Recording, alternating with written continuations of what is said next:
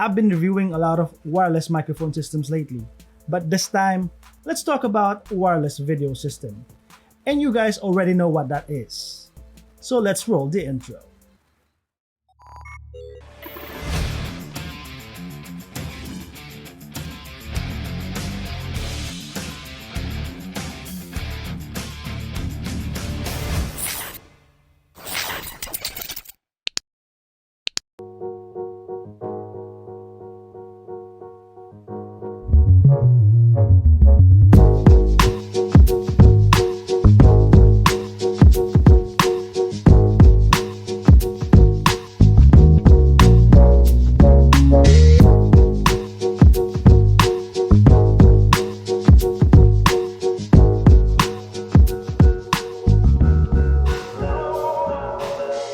Mabuhay everybody, welcome to the Art of Sir Eden.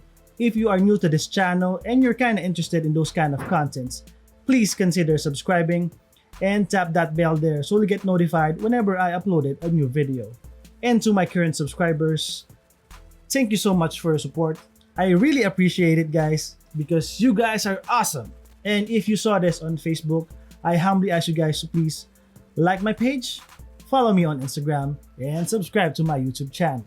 Alright, I gotta say I was so excited to try this because this is gonna be my very first time to use such device. I was planning to have one of these in the distant future, maybe, but I was lucky to have the opportunity to test it out. And for that, I would like to thank Vaxis Philippines for lending me this unit to review. So let's get down to business. So here's the box. I love how sleek the design is. Looks premium, feels premium. At the bottom are the specifications. You can pause this video and read. Now let's open the box. Inside there's an instruction manual, the transmitter and the receiver that looks very identical in overall build and design. It also comes with one USB Type-C and that's it. Now let's check out the TX and the RX. You'll see the label on each devices so you can differentiate it easily. This is the status screen with 3 tactile buttons. On the spot is where you can put on the cold shoe that you can mount using the included 3M mounting tape. Although I am not entirely sure if that is sold separately or maybe depending on the country you bought it from, but here's how it looks. At the top is the black part where the antennas are attached. At the bottom is a 1/4 inch thread for mounting. And on this side, you will see the USB Type-C port, HDMI port, and the SDI. At the back is where the NPF battery docking port with the undocking button. And on this side is the on and off switch with another 1/4 inch mounting option. Now let's put on the batteries and power this on. Now in situations like this where my battery isn't charged, well, in my case, I actually forgot to charge it. You can power up these devices using an external battery bank. Just plug it in using the USB Type-C that came with it and voila, it's alive. Now let's just check out what information the screen provides. At the top is the signal bar showing how strong the connection between the RX and TX. Next is the temperature. Next is the channel. And at the bottom is the fan status, the battery life with the voltage.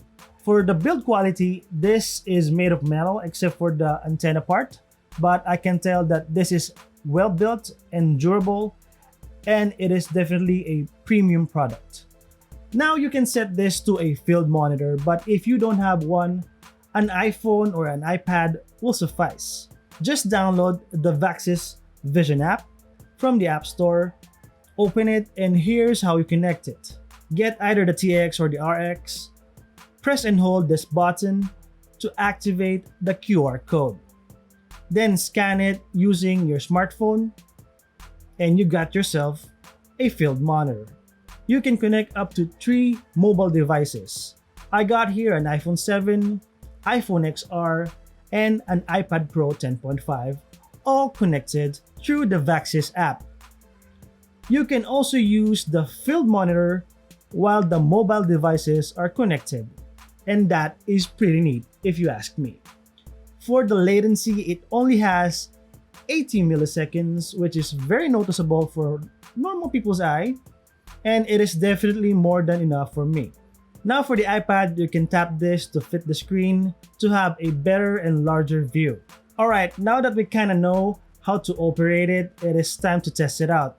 And this range test, I kinda forgot to set up my mic properly, so I'll be doing a voiceover on this one. Why do I always mess that up? So here's the setup. The transmitter is connected to my Canon M50 Mark I, and it will be transmitting video to my second setup here, my OCT5 monitor with the receiver. And I apologize, I didn't use my gimbal on this test, so the footages will be shaky. In this situation, I'm about 4 feet away to the camera, and I'm about to begin the range test. Also, I'm gonna speed this up.